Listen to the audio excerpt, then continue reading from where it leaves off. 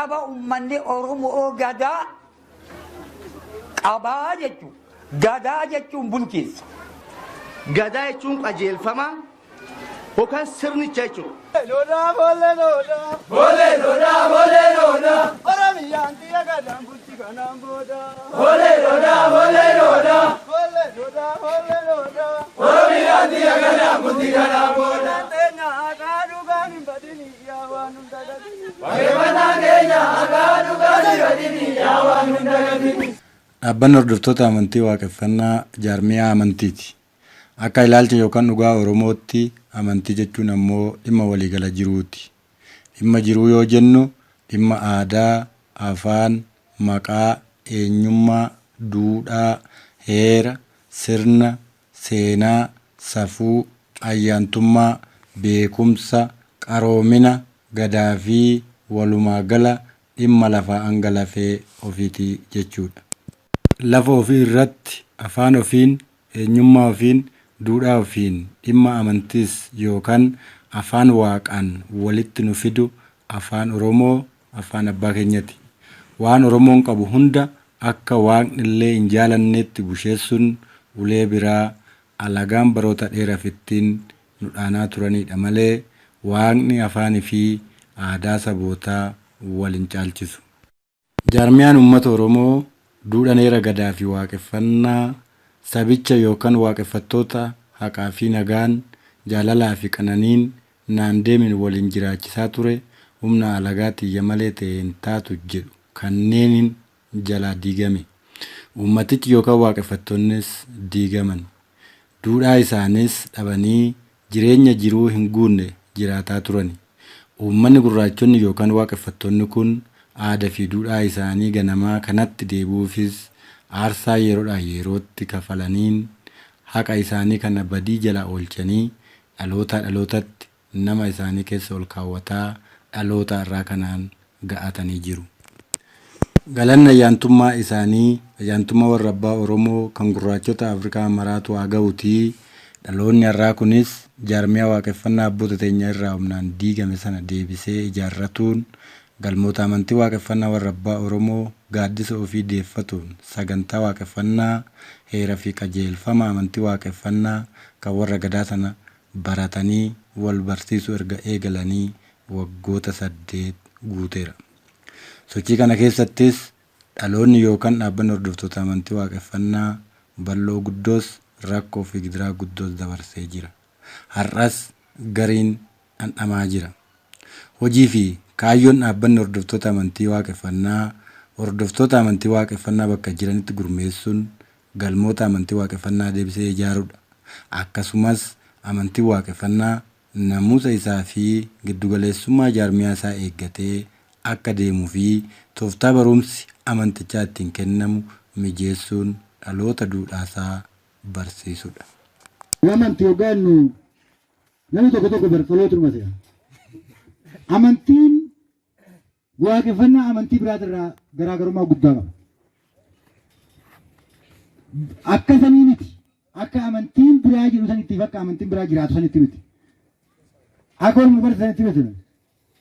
Waaqeffannaa innaan afaanii jennu tokkoffaa irratti. Lafa tanaa lafee teenyaan, aadaa teenyaa, duudhaa teenyaan, jireenyaan, wal jaalachuudhaan, Oromummaa tamanuu. Inna keessanii miire taakka jiibee rakkoo isa taakka oguu jennu aanti waahid jecha sakii wal bira kaaya. Taakka oguu jenna kan eenyuuti? Aanti yoo jenne hoo? Waahid yoo jenne hoo? Sadee kana keessaa kan rabbii kamire?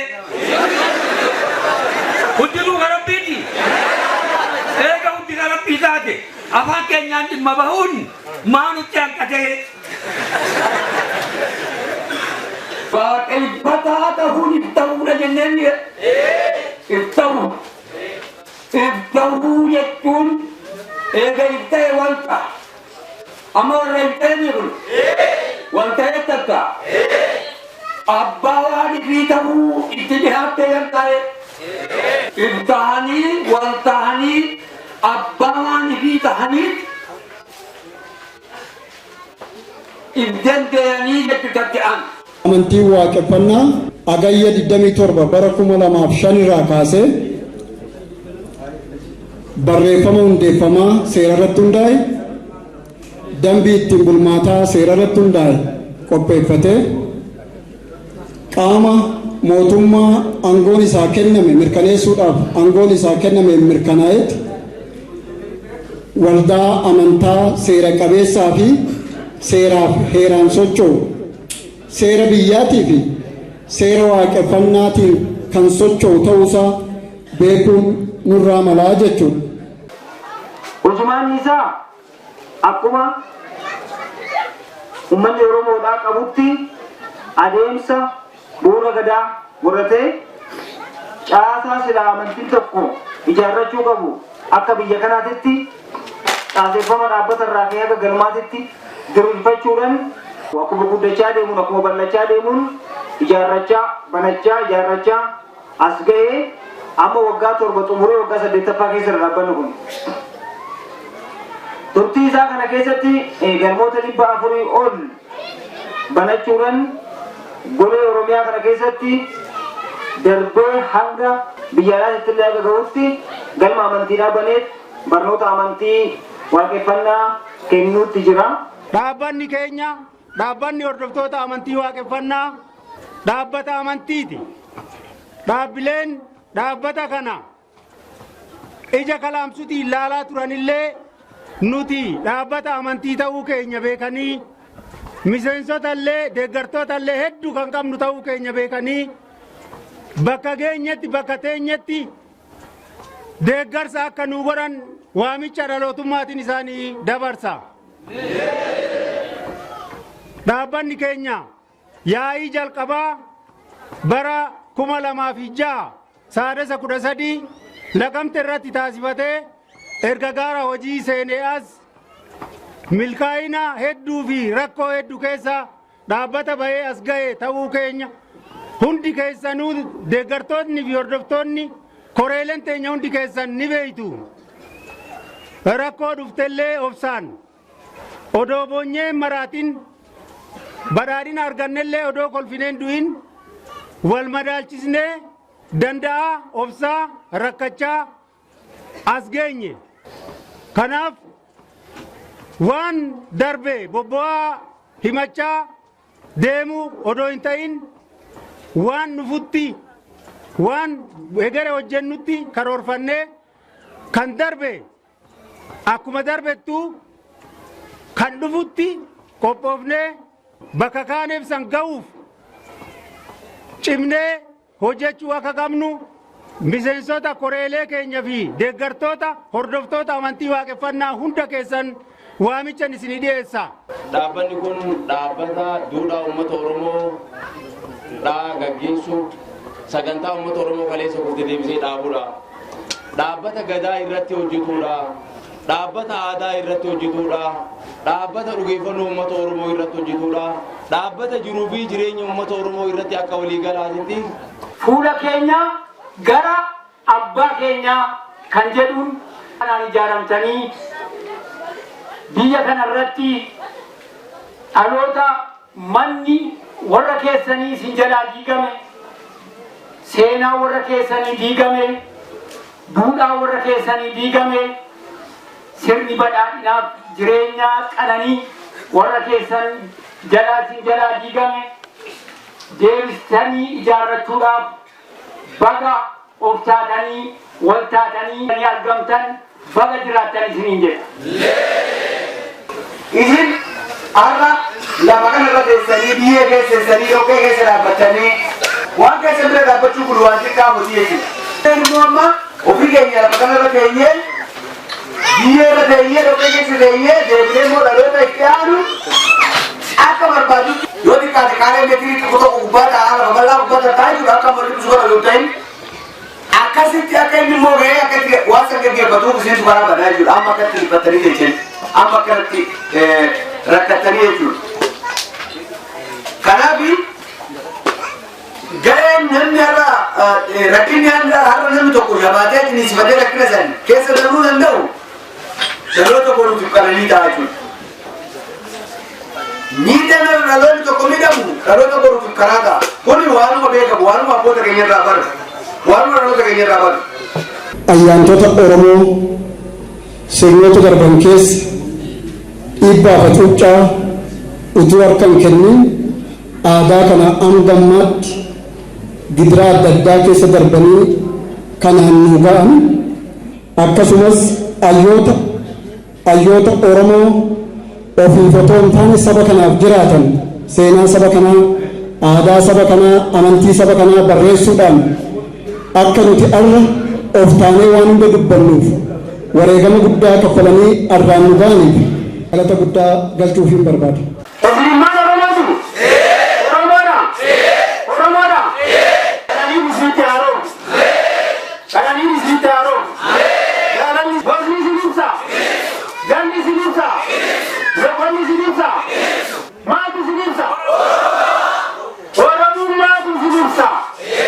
Oromummaa teenya tana gidduu jaalalli jira waaqnis jira waan lafa kanaafillee ta'u nama kanaafillee ta'u jira jechuudha.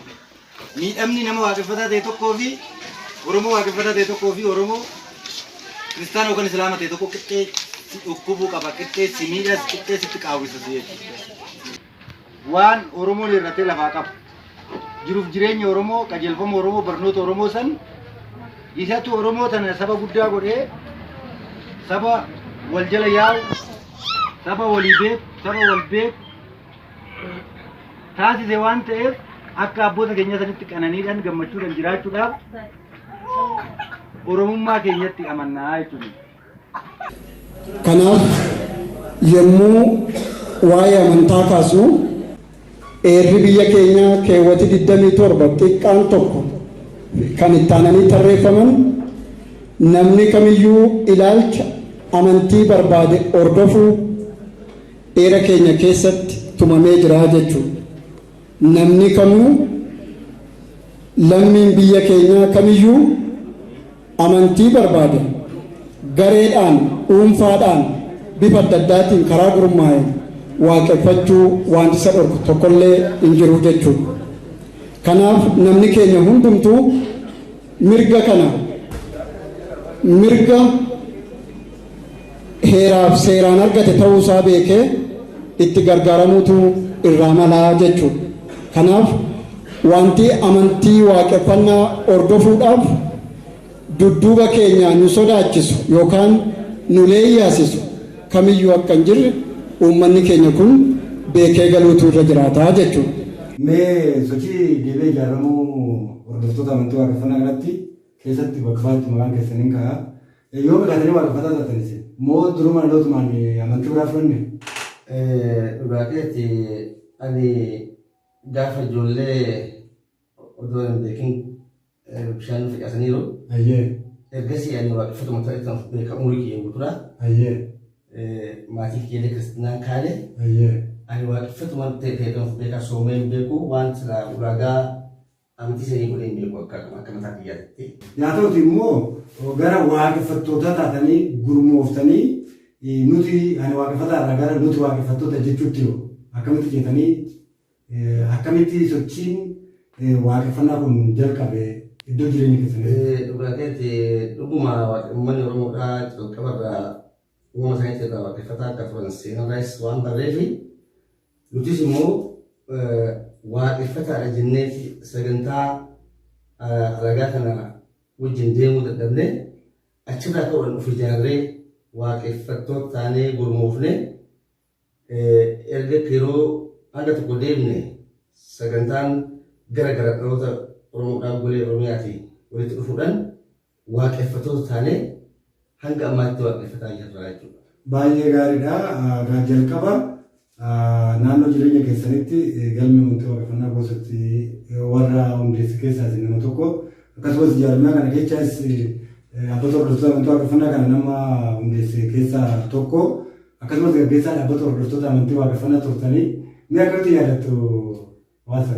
Dhugaatii hoggaan gara duratti deebi'ee erga waaqeffataa taanee immoo bifa citaa ta'eenis gurmaa turree roonni keenya gurmaa turee waaqeffataa ta'ee achirraa immoo erga dhaabbata tahee beekamtii qaama seerummaadhaan dhimmoota federaala Itoophiyaa irraa beekamtii qaama seeraa eega argate anis hawaasni of dura na kaahee hojii gaggeessaa dhaabbata kan hin ta'e yeroo san keessatti baay'ee rakkoo ture mudannoo baay'ee ture egaa namni kaayyoo qabu namni mul'ata qabu rakkoon mul'ata isaatirraan hambistu kaayyoo isaatirraan hambistu akkasumatti dhaloota kana rakkoo isa hunda baannee waan baatamuu hin qabne baannee dhaloota kan keenyan wal ta'uudhaan dhaloonni keenyallee warra numaayee jiru nutti dhufuudhaan of tahiinsa kana wal barsiifnee of barsiifnee hanga amma sadarkaa biyyattiitti bal'atee ijaaramee bal'atee amma kun akka biyya kanaatti ta'uunsaa baay'ee wanta na gammachiisu mudannoon gaara mudannoo baay'eetu ture haa ta'u malee kaayyoo biraa nu deebisne dhaloota amma gartee qubeedhaa kan immoo gartee of ta'ee ijaaramee ta'u galma abbaa isaatti garuu deemu kana rakkoon tokko oduu hambisin wareegama aarsaa kafalee amma akka biyyattiitti amantii waaqeffannaa kana amantii uummata Oromoo godhee ol kaasee dhaabee amantii uummata Oromooti amantii dhalattee biyya kanaa tahee beeksisee dhaloonni kun hanga ammaatti irraa fayyadame maqaa isaatii fi seenaa isaa duudhaa isaa hunda itti gammannee amma jiraanna kana arguu yaaf gammachuu guddaatti nutti dhaga'ama. Amatatti waggaa afur boosatiin godhe. Amatatti waggaa fudhan. Tajaajiluu turree miidhe.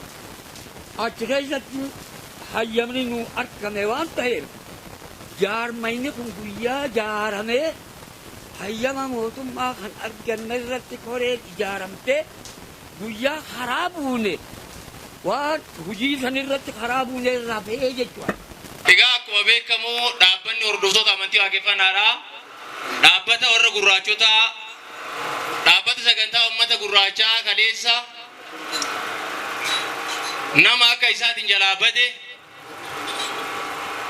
ilaalcha warra gurraachotaa waan lafa tanaan wal qabatu bifa faca'isa qabuun ergaa waggaa 5 dura waggoota 20 fi 30 dura hojii tiikuu eegalame bifa facaatii qabu waaqeffataadha jechuun eegalame sochii biyya kana keessatti godhameen bara 2005 hagayya 27 sartifikeetii yookaan beekamtii biyya kana keessatti argatee bara 2006 sadaasa 13 yaa'ii waliigalaa dhaabbata hordoftoota amantii waaqeffannaa magaalaa Naqamtee tiitti galmoota yeroo san argaman 15 ta'aniin yaa'ii waliigalaa marii silaa barbaachisu gaggeessee hojiiwwan kaayyoo dhaabbata kanaa ilaalcha uummata gurraachaa galma uummata kanaa galmaan ga'uudhaaf milkeessuudhaaf jaaramnee sagantaa takkaan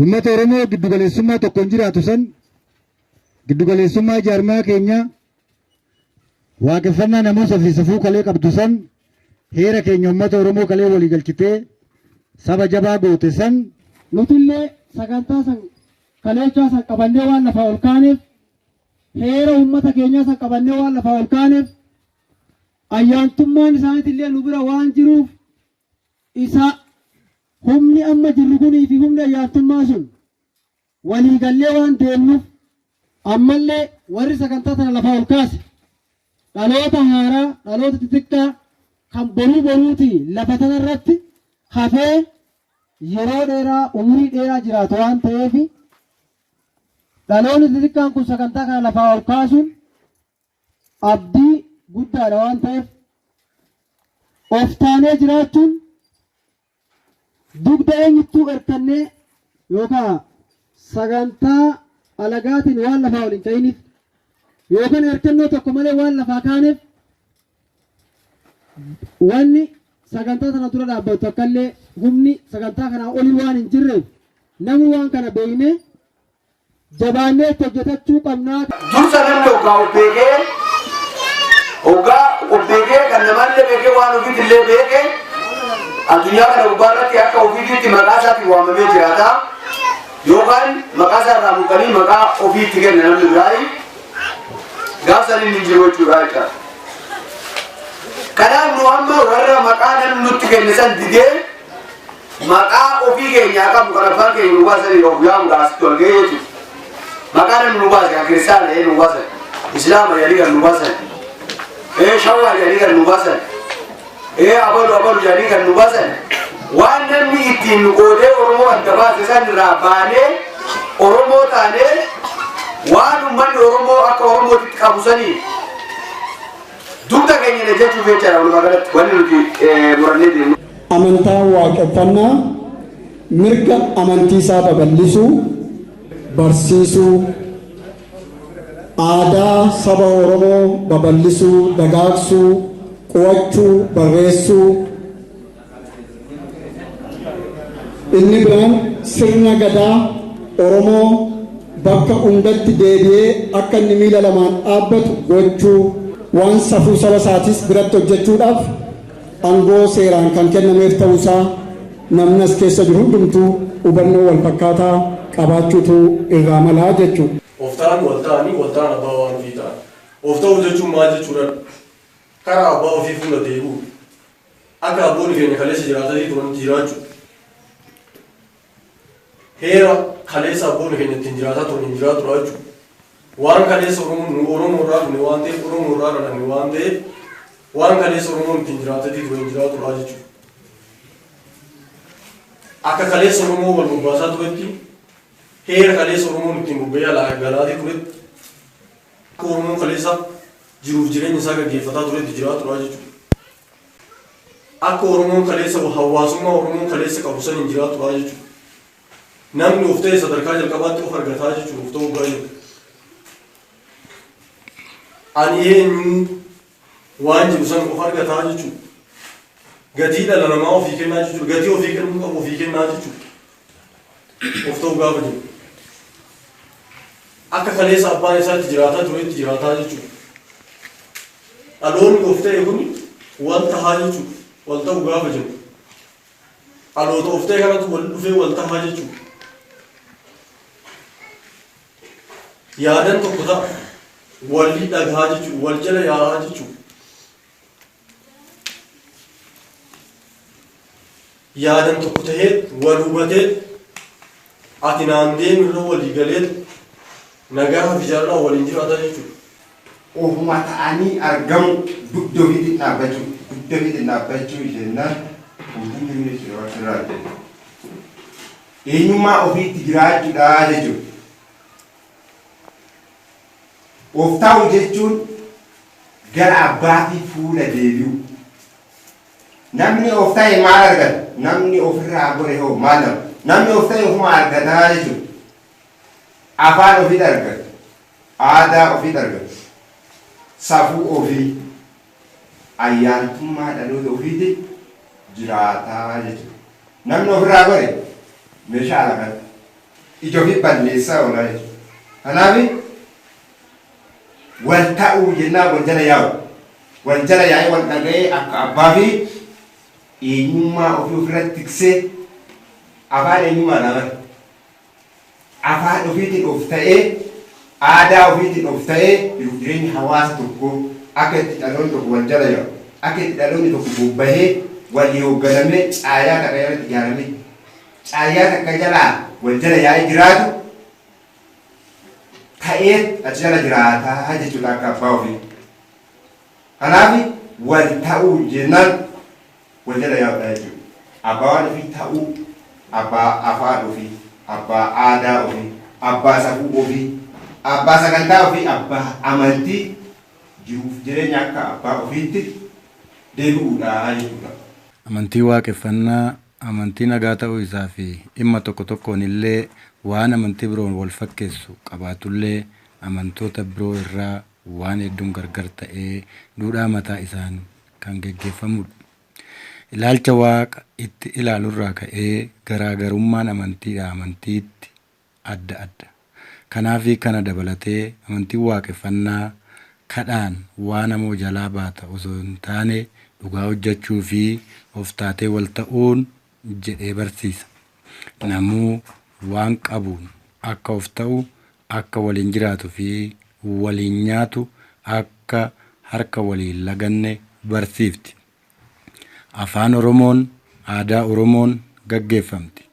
Sababnis amantii lafa tanaa fi amantii ganamaa Oromoo waan taateefidha. Kana ammoo laalee qaamni adda addaa jaarmiyaa waaqeffannaa fi galma waaqeffannaatiin amantii miti kun dhimma Oromoo dubbata jedhee eegaa oolee buluu shakkuu hin qabu. Amantiin kamuu afaan aadaa bakka irraa ka'ee fi saba irraa ka'e sanaa akka qabus beekuu qaba. Aadaa waaqa fi afaan waaqas akka hin jirre namuu beekee afaan Oromoo fi Oromummaatti amanuu waaqeffattootaa gaaffii itti ta'uu hin qabu. Waaqeffattoonni ani waaqeffataadha jechuun bara hin danda'amne sirra darbee walitti dhufanii waaqeffattoota jedhamanii gurmaa'uun yeroo hin danda'amnes aarsaa barbaachisu kafaluun walitti dhufee galmoota ijaarratanii har'a sadarkaa biyyaatti mul'achuu fi guddachuun giddu galeessummaa tokkoon geggeeffamuu irra ga'eera. Haa ta'u malee har'as iddoo garaagaraatti beekamtii waaqeffannaa fudhatanii waaqeffannaan amantiidha jedhanii qaamni waamuu jibbuus ni jira. Akka amantiittis tajaajila argatuu qabu hin guutamuufi. Gaaffiin waaqeffattootaa gama tajaajila lafaanis wal qabatuun iddoodhaa iddootti heeran otoo hin taane fedhii dhuunfan qaamni gadi qabus baay'eedha.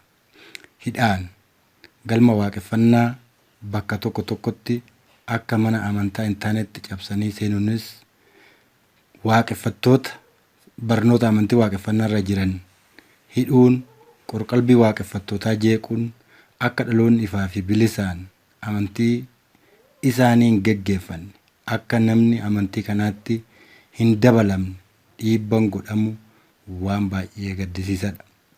Hordoftoonni yuutuubii chaanaalii dhaabbata keenyaa sagantaa kanaa fi kana fakkaatu wal duraa duuban waan isinii dhiyeessinuuf nu hordofaa. Har'aaf waan isinii qabannee dhiyaanne kanumaa nagaatti horaa bula.